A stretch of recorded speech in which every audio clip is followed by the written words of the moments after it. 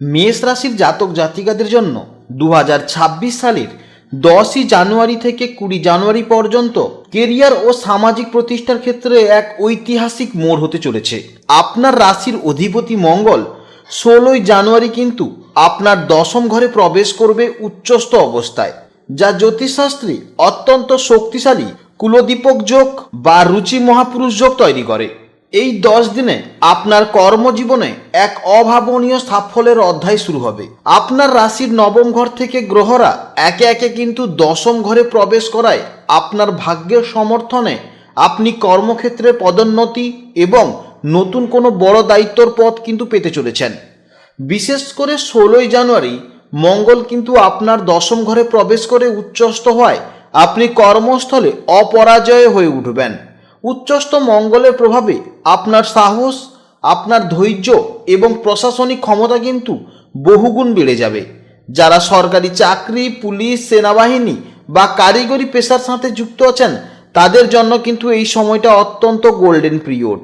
আপনার তৃতীয় ঘরে থাকা বক্রী বৃহস্পতির কিন্তু শুভ দৃষ্টির জন্য আপনার যোগাযোগ ক্ষমতাকে আরও শক্তিশালী করে তুলবে, যার ফলে উচ্চপদস্থ কর্মকর্তাদের কাছ থেকে আপনি বিশেষ কিন্তু সম্মান লাভ করতে চলেছেন। আর্থিক দিক থেকে এই সময়টি অত্যন্ত লাভজনক, কারণ দশম ঘরে সূর্য, বুধ ও শুক্রের উপস্থিতি আপনার কাজের মাধ্যমে আয়ের নতুন পথ খুলে দেবে।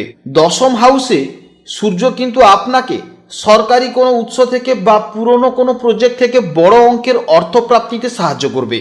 আপনার একাদশ ঘরে রাহু থাকায় আপনাকে অপ্রথাগত উপায়ে লাভের সুযোগ এনে দেবে। তবে দ্বাদশ ঘরে শনি থাকার প্রভাবে কিন্তু আপনার খরচের দিকটাও বেড়ে যাবে, তাই এই দিকটা আপনাকে একটু খেয়াল রাখতে হবে।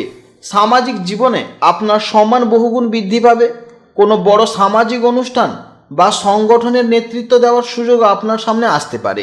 আপনার ব্যক্তিত্বে এমন এক গাম্ভীর্য আসবে যা দেখে আপনার বিরোধীরাও আপনার বশ্যতা স্বীকার করতে বাধ্য হবে। পারিবারিক জীবনে এই 10 দিন ভারসাম্যপূর্ণ হলেও মঙ্গলের তেজে কিছুটা সতর্ক থাকতে হবে। দশম ঘরে উচ্চস্থ মঙ্গলের পূর্ণ দৃষ্টি আপনার চতুর্থ ঘরে থাকায় ভূমি, বাড়ি বা যানবাহন সংক্রান্ত কোনো পুরনো বিবাদ মিটে যাবে এবং নতুন সম্পত্তি কেনার কিন্তু একটা যোগ তৈরি হবে। তবে মঙ্গলের প্রবল তেজের কারণে মায়ের স্বাস্থ্যের দিকে একটু বাড়তি নজর দেওয়া প্রয়োজন এবং আপনার ফ্যামিলিতেও কিন্তু ছোটোখাটো ঝামেলা লাগতে পারে, তাই সেদিকে আপনি রেগে যাবেন না। আপনি যতটা সম্ভব এই সময় আপনার রাগকে কন্ট্রোল করতে হবে। দাম্পত্য জীবনে জীবনসঙ্গীর পূর্ণ সমর্থন পাবেন।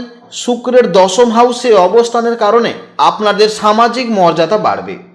পঞ্চম ঘরে থাকা কেতু সন্তানদের বিষয়ে কিছুটা চিন্তিত করাতে পারে, অর্থাৎ সন্তানদের পড়াশোনা কিংবা সন্তানদের শারীরিক অবস্থা কেমন যাবে, সন্তানদের ফিউচার কেমন হবে, এই সমস্ত বিষয় নিয়ে কিন্তু আপনি একটু চিন্তিত হতে পারেন।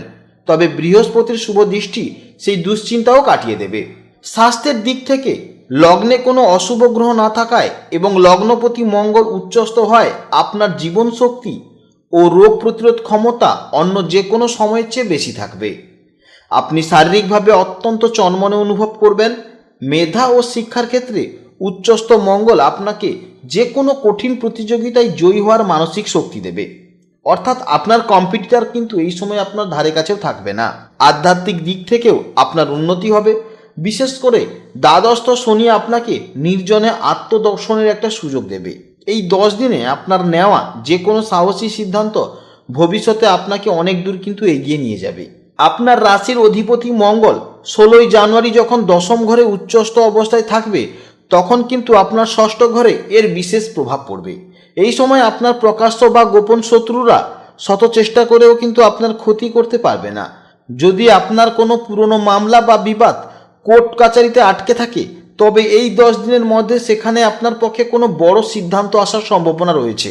আপনার সাহসিকতা এবং যুক্তিবাদী তর্কের কাছে বিরোধীরা কিন্তু নত স্বীকার করবে, অর্থাৎ এই সময়টা কিন্তু আপনার মূলত বিজয়ের সময়।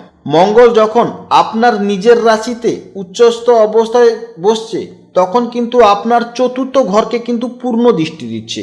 এর ফলে ভূমি, বাড়ি বা স্থাবর সম্পত্তি সংক্রান্ত যে কোনো জটিলতার কিন্তু অবসান ঘটতে চলেছে। আপনি যদি নতুন কোনো ফ্ল্যাট বা জমি কেনার কথা ভেবে থাকেন তবে এই 10 দিন কিন্তু তার স্বপ্ন পূরণের জন্য অত্যন্ত সেরা দিন। বাড়ির আসবাবপত্র বা অন্তঃসজ্জার পরিবর্তনের জন্য শুক্রের দশমস্থ অবস্থানের অত্যন্ত শুভ। পারিবারিক পরিবেশে কিছুটা গাম্ভীর্যপূর্ণ হলেও বাবা মা পরিবারের বয়স্কদের আশীর্বাদ আপনার আত্মবিশ্বাস আরও বাড়িয়ে তুলবে।